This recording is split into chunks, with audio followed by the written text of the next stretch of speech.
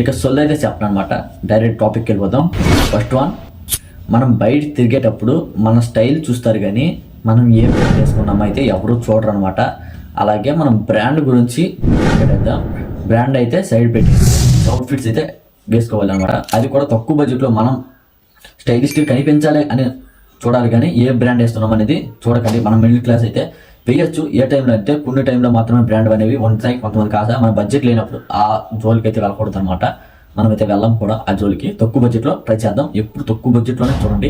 రెండోది ఏంటంటే పర్ఫ్యూమ్ అనమాట.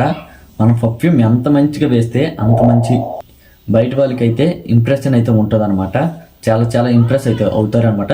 మీరు మ్యాక్సిమం మంచి పర్ఫ్యూమ్స్ అయితే మెయింటైన్ చేయండి, చాలా బాగుంటాయి. అవి కూడా తక్కువ బడ్జెట్లో దొరికితే అవి కూడా ట్రై చేయండి. అలాగే యాక్సెసరీస్ అనమాట, సింపుల్గా ఒక వాచ్ అండ్ ఒక చైన్ అవి అయితే ట్రై చేయండి, చాలా చాలా బాగుంటాయి.